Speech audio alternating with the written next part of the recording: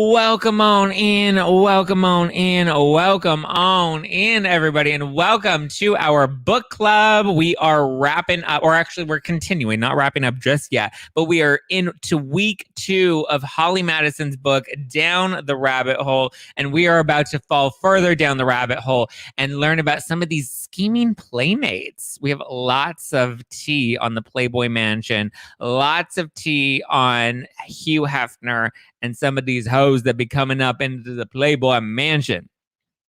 So excited. Hi, Aaron. Hi, Elaine. Hi, Anaka. Hello, guys. Hi, Tess.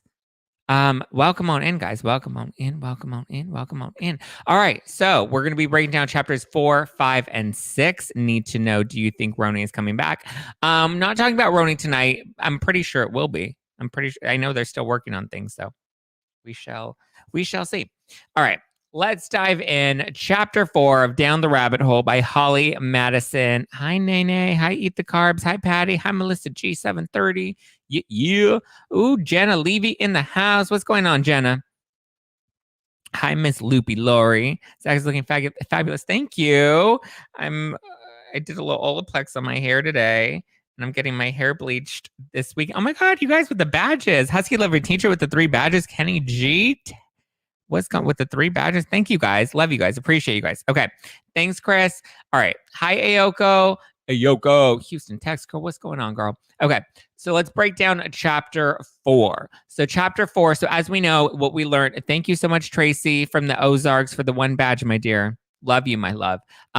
Okay, so last month we broke down Holly moving from, Oregon. Then she moved to Hollywood with big dreams, big aspirations. She was working at Hooters. Then she happened to get an in at a Playboy party. She was gunning for a spot as Hef's girlfriend.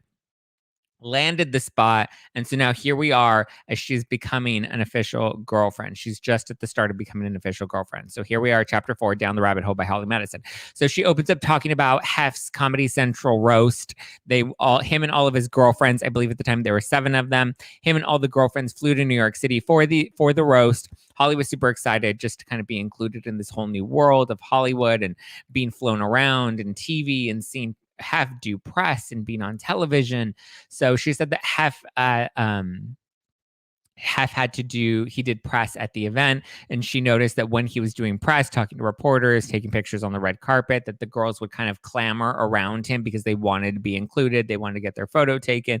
They were all in it to win it, and winning it was becoming famous. And she said that a reporter actually asked her, Holly, a question referencing Hef's girlfriends as his harems, which Holly replied, "Oh, I guess we are his harems. Ha ha ha." She said that she thought it was a joke, so she replied jokingly, and apparently the other women did not take light to that because they're like, you're not allowed to like make jokes about us sleeping with Hef. Like, gross. You're not supposed to say stuff like that because we're not supposed to let people think that we have to sleep with Hef. So they were all super bugged at Holly, the fact that she was talking to reporters and the fact that she referred to them as harems. And she was confused, though. Holly's like, well, we're going to this roast where they're literally going to make fun of him, and all the jokes are going to be about him sleeping with all of his girlfriends. So she's like, whatever, that's weird. So she said the mansion life was not glamorous at all. They didn't have many opportunities that Playboy could leverage because eventually Hef became savvy to the fact that the girls would manipulate being a girlfriend in order to get opportunities. So they're like, oh, well, if I'm Hef's girlfriend, then I have to be Playmate of the month. I have to be Playmate of the year. And Hef said that Holly said that Hef started to pull back on making his girlfriends part of the magazine because once they would actually become part of the magazine, then they would dip out. Are you a Holly fan? Yeah, I mean, from what I remember her on Girls Next Door, wasn't a big fan of her back then, didn't really care for her afterwards, but lately, watching some of her YouTube videos, reading the book, I have a different viewpoint of Holly now. But apparently Hef liked to cause a lot of drama, and so he would pit the girlfriends against each other in order to manipulate them, and Holly was the good new girl, and so he would use her and her good girl image to make the other girls feel insecure.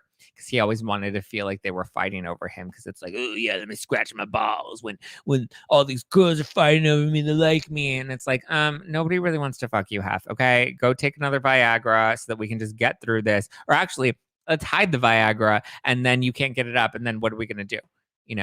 Then we don't have to bang you. But Holly definitely was not liked amongst the other girls. She was too nice. She was too optimistic. She felt like she was too secure for them because she came, from a normal background that wasn't so focused on Hollywood. She wasn't into the drug life. But eventually, after 2 months, she was able to finally attend one of the Playboy parties as an official girlfriend of Hugh Hefner. And at the party, she was taking Jello shots, and apparently the red Jello shots are better than the green Jello shots. If anybody in the live chats knows a thing or two about Jello shots, is that true? Are you more of a red Jello shot or a green Jello shot? Or what's your favorite type of Jello shot? She says that she wasn't expecting them to hit her so hard. And they got her very litty city. She didn't think they were going to be that strong. Eat the carbs. What wine are you drinking tonight? Oh, tonight we've got out. I'm not going out tonight. I'm disengaging because when we do book club, we disengage, we chill, we have a good time. So, white wine tonight, fizzy white. Available at nofilterwine.com. A delicious, light, crisp, 13% alcohol by volume, but less than a gram of sugar. Okay, so Holly was Liddy City at the party. She said that none of the other girlfriends, that when they party with Hef, they had to stay at the table. They weren't allowed to leave the table. Ooh, Nene says she loves those red Jello shots. Okay, Nene, you go, Nene Glover. I have to say, the red Jello shots sound yummy. But so none of the girls were allowed to leave the table unless they would like sneak off to the bathroom, where they were really sneaking off to bang celebrities because it was all about the star fucking, right? And so she's like, I was a good girl. I stood at the table. I hung out with Hef. I didn't mind. I didn't need to be bopping around, banging guys in the bathroom or doing drugs. But she said every event was filmed, and that's where things got a little tricky because she said that Hef would get a highlight reel of every party the night before so that he could review it and so that he could send that out to the press. But filming eventually like ruined the parties because nobody then wanted to attend, and fewer A-list celebrities ended up coming because they were afraid that their privacy was going to be violated and that it was probably going to end up like on E! News or TMZ or whatever site was popular at the time. Since he was sending out all of these highlight reels from the parties, everyone's like, well, I don't want to be shown drunk, Liddy City, sloppy, making out with, playmates that I wasn't supposed to be making out with. It kind of sounds like it was Hef's way of managing or kind of just keeping a pulse on everything and trying to make sure he knew what was going on and staying relevant in the press. But eventually, you're not going to get much press when it's just the same old thing. But Holly said that it was so stressful and very lonely to be one of his girlfriends. She said that she would feel dumber and dumber and that her personality would continue to shrink the longer that she stayed there. She said that everything was superficial, and every time that Hef would talk to her, he would speak to her so condescendingly, and they would be watching movies and he'd be like explaining the movie to her. And she's like, oh, ha, ha, ha, ha, ha. When she's like, duh, bitch, I know what it is. I can see. I have eyes. The hills have eyes. I have more than just tits. I can see things, and I have a brain, and I can understand things. But Hef would always mansplain everything to her because he thought that his girlfriends were too dumb to understand any sort of concept, especially when it came to like the movies that they would watch or conversations that they would have or conversations with his friends. She said that she felt like Beauty and she was locked away in Beast's castle. She said it was a form of Stockholm syndrome, and she just convinced herself that she liked him, that eventually she just started to be like, okay, I actually like him. I think because of the competitive nature and the fact that there was something that they all aspired to have, which was a pictorial or to be Playmate of the Month or to gain fame from it. They were all like, okay, I own the prize. I have to play my role. I have to play my character. And I'm with all these other women. And now we're being forced to kind of like fight and be pitted against each other. And I want to be the one that's the best. I want to be the one that Hef loves the most. I want to be the one that gets the pictorial at the end of the day. That eventually they started to convince themselves that they actually did like Hef and they actually were his girlfriend and wanted to be there. And it was like a real psychological mind fuck. But she said she ended up becoming a bit of an ice queen. And that was kind of her reputation in the house because she had to isolate herself in order to survive. She never got along with the other girls. She never really made friends with them. And so she just had to kind of stick to herself and put on a tough girl image because she wanted to make sure that the other girls it didn't seem like they were getting to her even when they were being mean girls. And so she ended up becoming a cold ice queen that just stuck to herself. But with the holidays approaching, she said that was a whole new learning experience. They were given an allowance to spend on each other. So they can obviously give gifts to their other friend, the other girlfriends. But the rule is that it couldn't have been a gift card. You had to have only given them like a purse, a pair of shoes, a wallet, something nice, so that they would often give themselves like luxury items, but that gift cards signified giving them cash, and the cash essentially would signify giving them freedom. And Hef wanted them to be fully dependent on him. So he didn't want them to have gift cards. He didn't want them to be able to spend any more money than what he was providing for them on a regular, I think it was like a weekly basis. They would get $1,000 allowance. But one of the girlfriends left because she was like, I can't do this anymore. I need to find my own independence. But that apparently only lasted 4 months. She had saved up some of her money and then she's like, I got to get out on my own. And she got out on her own and it didn't do anything for her. And she ended up having to move back to her hometown, which she felt like made the whole experience worthless because she's like, here I came. I bleached my hair. I got fake boobs. I tried to be one of Hef's girlfriends. I thought that that would be clout enough to go into the real world and actually have some sort of career. And it did nothing for her. And she was embarrassed to go back home because she had nothing to show for herself. And everyone that made fun of her for posing for Playboy back when she started ended up crashing and burning. And she was left with nothing because she had to go home penniless. But at least she had new boobs. Every time Hef gave them an allowance, they had to spend their money, though. He didn't want them saving their money, or else if he found out that they were saving their money, he would lower their money. He would lower the allowance that they were allowed every week. He's like, nope, you have to do it, and you have to show that you're actually spending this money on clothes, on shoes. So you had to often show off the things that you had in order to show Hef that you were spending your money. But even with cars, he would lease these really, really expensive cars for the girls because he knew that if they ever left, they would never be able to keep up the car payments on their own without him. So that's why he never bought them a car, because if he bought them a car, they could leave with it and then they have a car of their own. But if they're leased, they weren't allowed to take the car because the lease was under his name and it was technically his car. And then they weren't allowed to, or they wouldn't be able to keep up with the payments because the cars were so expensive on a monthly basis. So he's like, you get the perks of living with me, but you don't get the perks of leaving me. He did, however, buy them any plastic surgery procedure that they'd like, and all beauty treatments were unlimited. So they had a salon that they could go to. They had a nail salon, hair salon. They had a dentist that they can go to. Everything was taken care of that way. They always looked in tip-top shape. So Holly said that at first she used to do her own roots with like a CVS bleach dye job, and it was horrible. And her roots or her hair was always like super golden yellowy, which, listen, as a bitch that bleaches my hair, I know because I'm getting my hair bleached this weekend. CVS bleach does not work. You don't get this color. This isn't even a great color because it's like my hair needs to be washed and I've been working out and I haven't really toned it in a while. Just because I know I'm getting it done. And usually the closer I get to getting it done, I kind of just let the Rudy vibe rock. But you're not going to get a good bleach dye with the CVS box. If I tried to box dye this, my roots would be so yellow and orangey. And Holly said that's what she used to do, is do it herself. And then the other girl's like, why are you in? At first, the other girls didn't tell her that they had access to a salon that they can go to get their roots done. And so she would just do it in the bathroom until the girls started complaining because they hated the smell of the bleach dye job.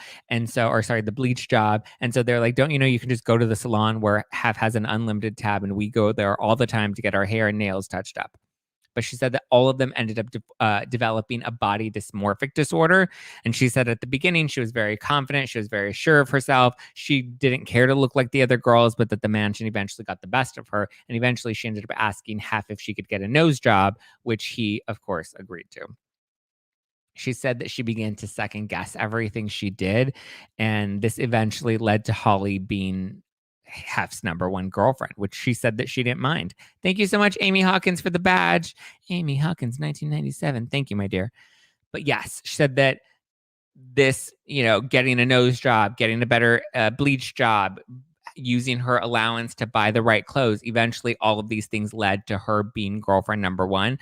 And she didn't mind it. She actually said that she enjoyed her time with Hef on occasion. Well, she did at the beginning. So I think the combination of her good girl image and I mean, I don't even know if good girl is the way to do it because it wasn't like, I'm a girl next door. It was more of like obedient. She was very obedient and she was very attentive to Hef. And I think that's ultimately what won her that spot. But so she ended up moving out of her bedroom and into Hef's main bedroom. And she said that was even less glamorous, that she really had no space. She was given like a small section of the closet. Thank you, Mia. Mia Valdez Beauty. Thank you, Mia. You're such a delight. And I found one of your videos on YouTube by accident. Oh, thank you, Ellie. I appreciate that, my dear. Thank you, Ellie. But yes, she said that the shift in the way the girls treated her once she became girlfriend number one, they ended up getting nicer to her because she was the top girl, and they knew that if they wanted anything, they kind of had to stroke her ego as well, and that she was a good vehicle for them to get what they wanted, or for them to get less time with Hef, because they knew girlfriend number one was taking care of the responsibilities. But she's like, you know what? I get it. You bitches are treating me nicer, but I remember how you treated me before when I was the new girl, and I don't forget. The bleach didn't kill all of my brain cells. Period. She said all the girls wanted to channel their inner Pam Anderson, but Holly's like, I've always been different. I've always wanted to differentiate myself. So she decided she wanted a makeover, and instead of looking like the other girls who all wanted to look like Pamela Anderson, she channeled Marilyn Monroe. And she's like, Hef likes Marilyn Monroe. I want to do that vibe. So she said that she ended up going into the salon, having them give it a fresh bleach. She chopped it all off to get a nice, cute little bob like Marilyn Monroe. And she did a red lipstick, and she kind of got that old Hollywood glamour vibe. And then she came home to surprise Hef with her new makeover style, and said that Hef hated it. He hated all of it. And that he looked at her and he called her old, hard, and cheap. Which, ouch, like old, hard, and cheap. Like maybe you can be one of those things, but you imagine being all of those things. Imagine being the bitch on the corner that's old, hard, and cheap. But like, I feel like Holly doesn't look hard. Like maybe on occasion you could look cheap, but I don't think Holly looks old or hard. So he was just being mean. But she said that she just sat there and she took it like a child. She took her scolding and she was defeated. So she sat outside. She went outside to kind of lick her wounds, was reading a book, and said that there was this new girl that caught her attention, and she saw the new girl kind of just bopping around the pool, and the new girl made her way made her way over, and that they instantly vibed. And the new girl was none other than Bridget Marquardt, who Holly described as a walking candy cane. And so she is old as F. Well, she wasn't back when she started as a playmate. She may be old now, Kenny, but she wasn't old, hard, and whatever back in the day when she was she was like in her early to mid 20s, wasn't she? I think she was like 24. But so she runs into Bridget and said that Bridget eventually became one of Hef's new girlfriends. And she also became one of Holly's closest friends in the house, one of her only friends in the house, actually. And then we cut to chapter 5. And in chapter 5, here's where Holly opens up about the girlfriend's drug use. And she said that apparently the fixtures in the mansion were meth and cocaine. And Holly's like, I didn't do any of that. Well, Holly says she never did cocaine. She said that she wasn't into drugs and she never did cocaine. She doesn't specifically say that she's never done meth, but I don't believe she's ever done meth either, because meth is like a lot harder than coke. So, ooh. But so she said that she also received an offer to become a hooker from one of the other girls, Vicky. Vicky was one of the other girlfriends, and apparently Vicky recruited a few of them to be some of Nikki's girls, and Nikki's girls was a high-end prostitute ring at the time. So, ooh, I don't know if anybody remembers Nikki's girls. Apparently, it was I don't want to say it was a poppin' prostitution ring, but there were some prostitution whores that were going on at the mansion, and Vicky was their recruiter. And so Hef didn't know about it. It was all on the down low, and these girls wanted to make an extra cash. Their Hef allowance wasn't enough to fund their lavish lifestyles or their drugs. But an expose came out exposing that Playmates had some involvement in Nikki's girls, and that pissed off Hef. And so he put even tighter restrictions on the girls, and he started a whole investigation and then began screening new Playmates, making them hand over their passports, because there was like a country that they would visit that would be like a red flag, or if they didn't hand over their passports, that was a red flag. So then he would end up cutting them from being able to pose in the magazine, because he's like, listen, you can be trashy and you can be old and you can be hard, but you can't be a hooker. But Vicky's escort ring had to become more and more discreet so that Hef wouldn't catch on to it, and he wouldn't catch on that Vicky was the head bitch in listing all of his girls. But she said that she still needed to hustle, so she started doing this. She started selling spots on her guest list, because apparently each of the Playmates was allowed a certain number of guests to bring in as friends or to bring as family. And so she would take those spots and then sell them. She would accept money from other guys that wanted access to the party that normally wouldn't be able to get in or afford to get in. And so she started to pocket some of that money until eventually she got caught. And then Hef's staff started calling some of the people that were on the list to see how they got invited to the party. And then they're like, oh, well, bitch rotted me out. So, ooh. So Hef eventually forgave her, though, which Holly was pissed about. She's like, how could you forgive her? She was literally making money off of your parties and selling spots to guys that had no business being there. So Holly says that she got upset with Hef, but then he snapped at her, reminding her that he treats her like a princess and don't you dare snap at me. Very smart business, Mia. Vicky seems like she's like, listen, if you're going to cut my prostitution ring, because apparently she was getting kickbacks for that. She's like, fine, I'm going to find another way to make money so that I can move my ass out of here. But eventually he did end up kicking Vicky out, even though he didn't seem like he was going to at first. And Holly was like, what? And how can you keep him around? But he knew she was the ringleader of the guest list scheme, but he had no idea she was the ringleader behind the escort business. And apparently all the other girls started to lose their spots with all the good men because Vicky got kicked to the curb. And instead of, being a high class hooker, she was the word on the curb. So there's that. Then we get into chapter 6, and chapter 6 is the final chapter of the night. And this is where we get more into Holly and Bridget's time being in the manor together, in the mansion together. So Holly and Bridget always kind of kept themselves busy doing little things like touring the mansion. One day, Holly decided that she wanted to help organize Hef's bedroom as a good favor. Time for the wine promo. Oh, well, thank you, Eat the Carbs. If you haven't yet done so yet, please order No Filter Wine, available at nofilterwine.com. It's a fizzy, light, crisp wine at 13% alcohol by volume, but less than a gram of sugar. It is available at nofilterwine.com. Must be 21 or older to order. Please drink responsibly. Available in 4 fun, unique cans. This one today is I'm Not Going Out Tonight. I'm Disengaging, inspired by Real Housewives of Salt Lake City. I need to thank Eat the Carbs for reminding me about that wine promo. I don't cut in for a wine promo, but I was like, okay, thank you for that reminder. Now available exclusively at nofilterwine.com. That's nofilterwine.com. nofilterwine.com. Thanks, guys. Thank you for all the wine love in the live chat. I appreciate you guys. You guys are the best. I hope we'll be able to ship to Canada soon.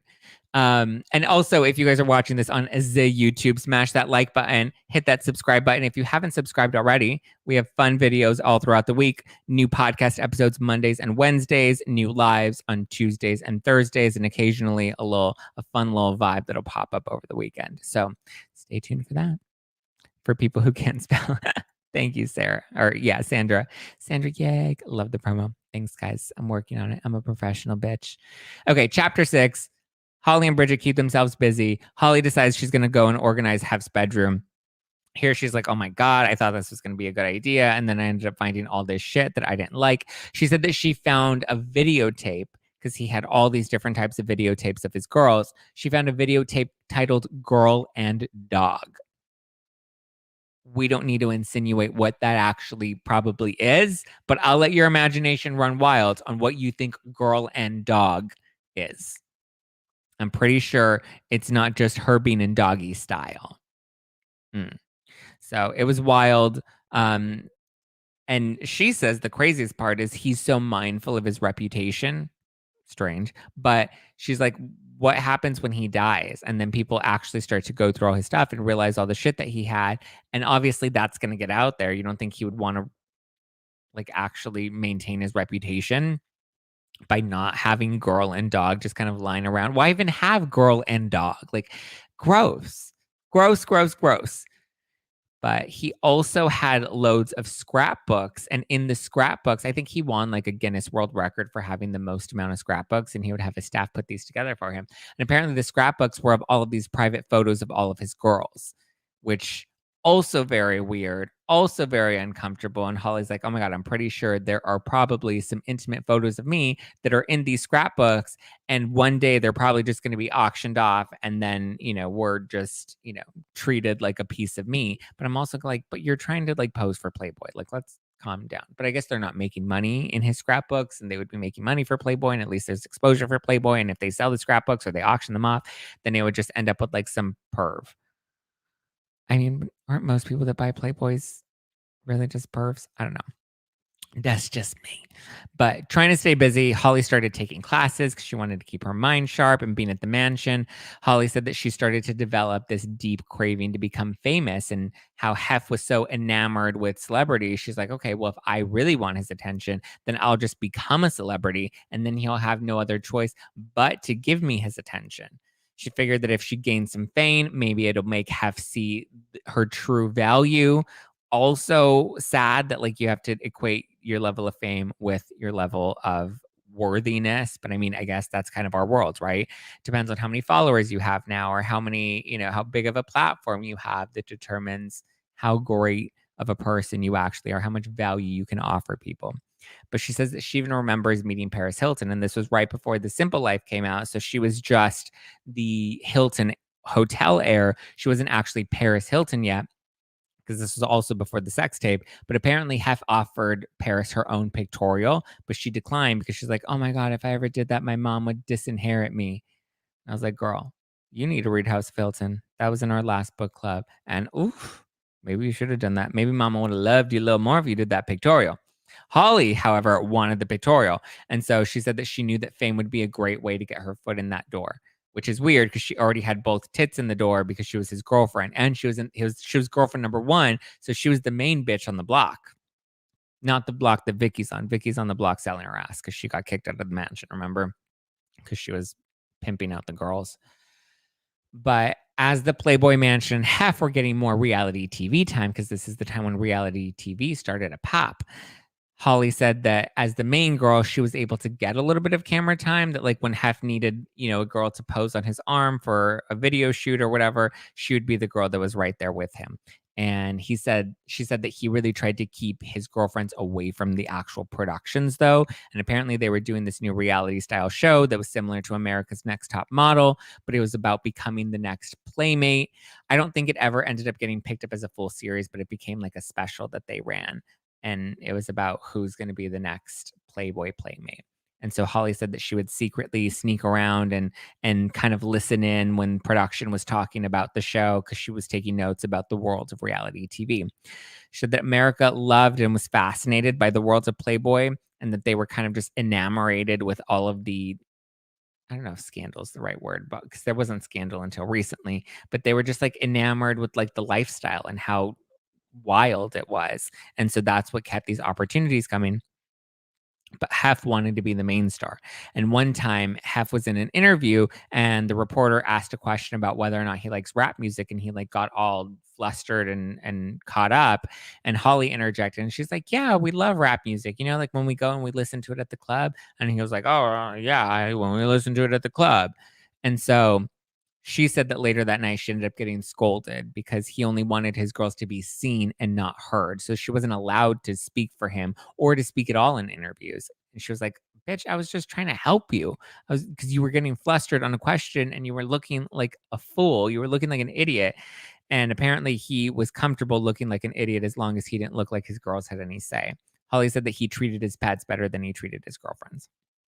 And here she thought she was going to use her Playboy girlfriend title to catapult her career into Hollywood. And it ended up being the exact opposite since Hef never liked keeping his girls, never liked really giving them opportunities. He liked keeping them hidden unless they were being paraded like on his arm.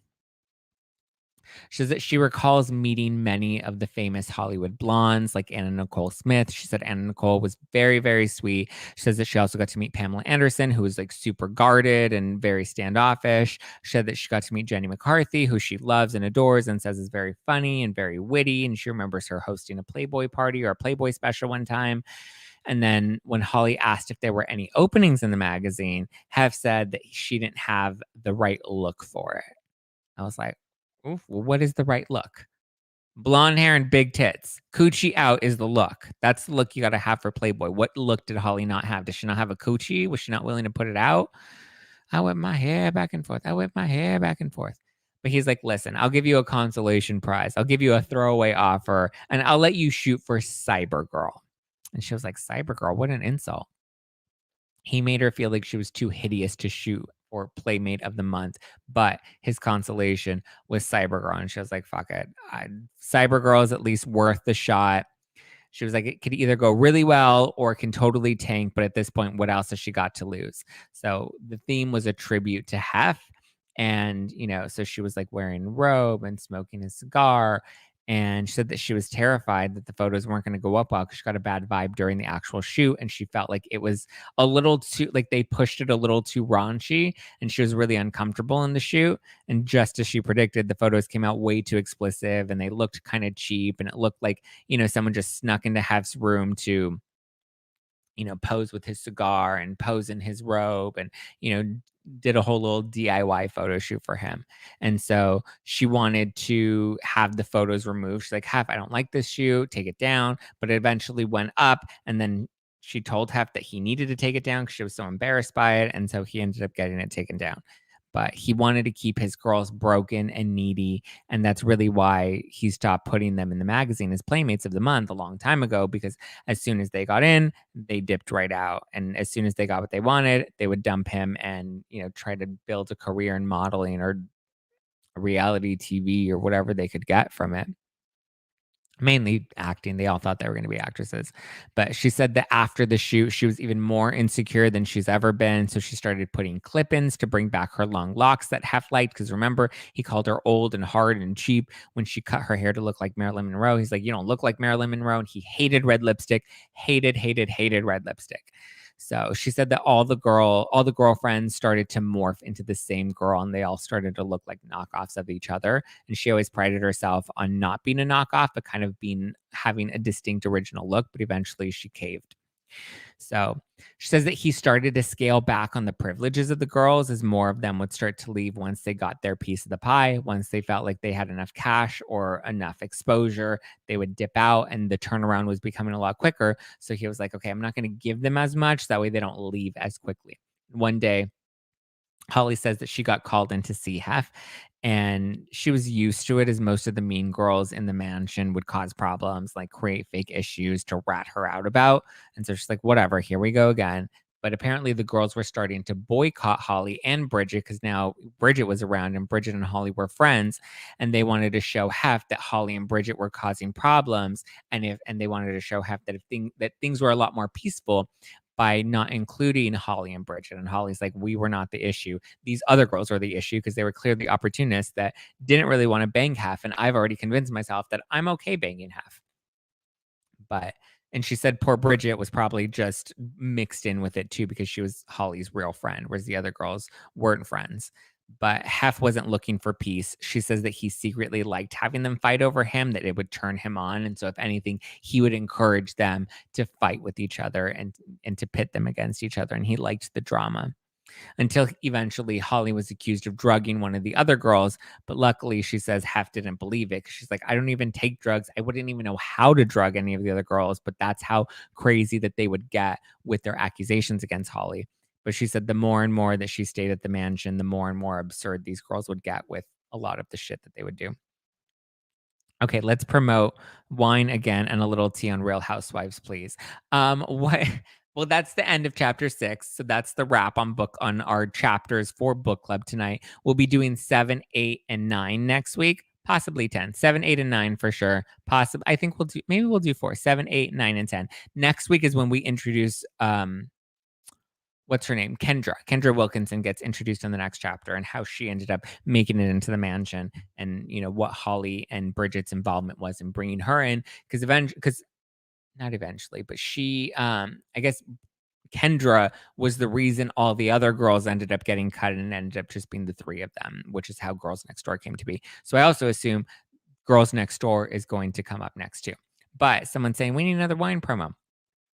Well, thank you for asking. Tonight we've got out No Filter Wine. I like to call it my housewives drinking wine because it's what I drink when I'm watching Housewives. It's also what I drink when I'm reading Bravo Book Club. This week's book is Down the Rabbit Hole by Holly Madison, former Playboy playmate, former girlfriend of Hugh Hefner, and a former star of Girls Next Door. If you like reality TV, you will like this wine. No Filter Wine available at nofilterwine.com. 13% alcohol by volume, but less than a gram of sugar. We have 4 fun designs inspired by some of the most iconic Housewives moments. We have a light, crisp, fizzy white wine, which I have out right here with I'm Not Going Out Tonight, I'm Disengaging. And we also have a nice, light, crisp, fizzy rosé, also delicious, also perfect for summer. Small and compact enough to sneak them into your pockets, but also delicious enough for a pregame or for your summer drink. Head over to nofilterwine.com. Okay. Oh, okay. Alicia had to get tipsy tonight. You look like 80s Brooke Shields in the 80s in her Calvins. I look like Brooke Shields? I don't know if that's a compliment, my love, but thank you. You must watch the doc on Netflix. Even more details. Yeah, we will do. So after we wrap Holly Madison's book, I'll watch the Playboy documentaries and we'll dedicate a week of book club to the documentaries and recapping those. I love it when you read to us, Zach. Hi, Val Porter. Welcome on in, guys. What are your thoughts? What would you say is the juiciest revelation we got from this week's chapters? On a side note, your skin looks perfect, always glowing. What lighting do you use? Oh my God, that's so sweet. I'm so insecure about my skin. You don't even realize like how insecure I am. Especially about my skin. I feel like I don't have great skin. So that's very sweet of you. I have a ring light that I got on Amazon. Maybe I'll link out to it. That's actually kind of interesting. I'll do a in my Amazon storefront, I'll make sure I add in a section for like equipment and I'll have like the microphones, the mic stands, the lighting. That's a good idea. Thank you. I was addicted to the documentaries. I can't wait to check them out. This book club is so good. You do a great job. Thank you. Siki. Thank you. How's Garcelle feeling about being friends with the federal liability Cherie? What?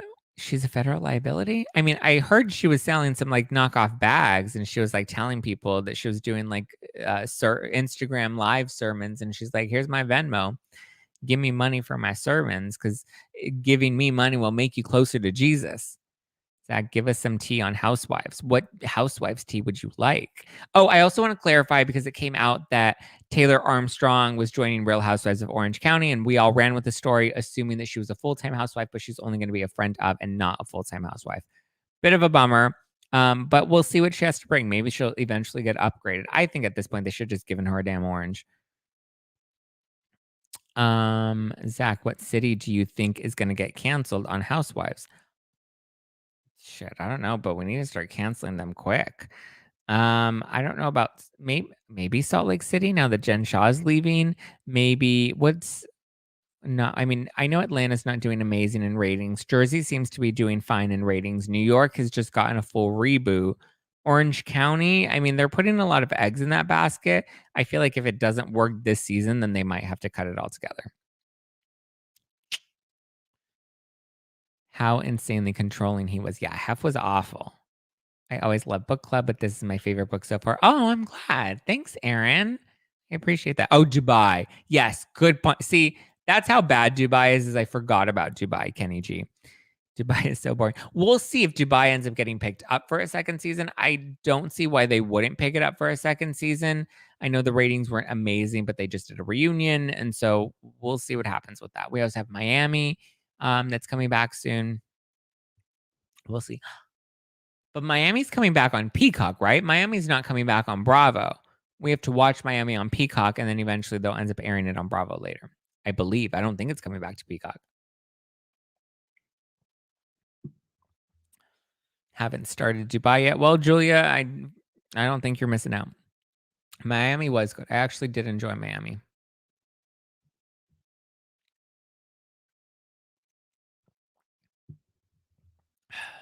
Ian is carrying the show. That's what I've heard. I've heard that Ian's carrying it, and Caroline Stanbury is wildly disappointing. The hard part with Ian carrying the show is that when there's that much pressure on one housewife, then eventually it doesn't even make that housewife look good. It makes them look like thirsty, or it makes it look like they're trying too hard. But it's not even so much that she's trying so hard. It's that the other women aren't trying enough, that they're not delivering enough. It's one thing to have a breakout star, but I think she's carrying the show. And when you have one housewife that's carrying the show, it makes everybody else look worse, and it makes them like there's just such a contrast.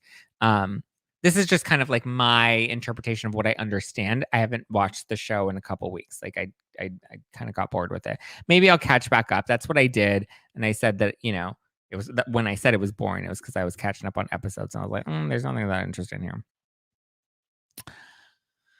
All right, guys. Well, this was a fun Bravo book club. Who are we talking about? Well, we were doing Bravo book club and we were reading Holly Madison's book Down the Rabbit Hole. I think, yeah, and we were doing a little housewives catch up. But yeah, let me know in the comments what you found the wildest, the juiciest of the revelations that we got tonight. Was it the meth use, the cocaine usage, the hookers? What else to review? Hef not liking red lipstick and short hair, the way Hef treated them, the what do you call it? The girl and dog video. Let me know what you found super juicy and what you would like to discuss further. Yes, Kenny G, we'll do after party tonight. We might do it while I'm cooking dinner because I have to cook dinner because I haven't eaten all day, but I've had a lot of coffee. But we can definitely do after party tonight. For those of you that are new to after party, it's a Instagram live that I host on my private Instagram account, which is at Just Plain Zach. We chat, we shoot the shit. They don't get saved anywhere. I don't post them anywhere. So it's more of just like when you dip in, it's fully unfiltered and you get what you get and you're never going to get it again. And I usually spill tea that I'm not supposed to spill in there because the live chat always convinces me to do that. So only after party if Zach dances in his boxers. That probably won't happen. But yeah, did you watch the Caller Daddy episode? No, I didn't. Maybe I will watch that in time for next week's book club. That way that we can incorporate that into it as well. I do love Caller Daddy. Somebody asked about something. After party. Thank you, Zach. You light up my life. Oh, thank you. Your last podcast episode was so raw and thank you. Yeah, the last podcast episode was very raw. And the funny thing is, I was like, oh, I'm gonna be vulnerable. I'm gonna put all my shit out there. And then, own my shit and be good. And I was good. And then today I got hit with like a whole other wave. And I was just like, what the fuck? Like, as if the past couple of weeks haven't been wild enough. And here I am burying myself being like, but I'm okay. I find joy in life every day. And then boom, a wave just knocks me down. But I'm like, you know what? Everything I said in this week's podcast episode, I have to remember it. Let me put it back so I can hear myself because my brain is ruminating and I need to listen to my own voice say, it's all good. There's too much good in life to be knocked by the bullshit. Only the good shit. But thank you guys. I'm glad that you guys found it helpful or appreciated it. I appreciate you guys. I love you guys. Okay, I will do book club. I'll pop on over to book club. Give me like 5 minutes to get my dinner shit together and then I'll pop on as I'm cooking dinner tonight. What's the other account? At Just Plain Zach. It's in the bio. So if you go to the no filter like profile or the profile, the account page, there's the handles in the bio. So link in bio. But yeah, at Just Plain Zach, ZACK. All right, guys. Thank you. Love it. Have a wonderful night. If you can't join after party, have a great night. If you are join after party, I will see you in a few minutes. Give me a minute to rally my dinner shit together and then I will pop on over. All right. Love you guys. Good night. Bye.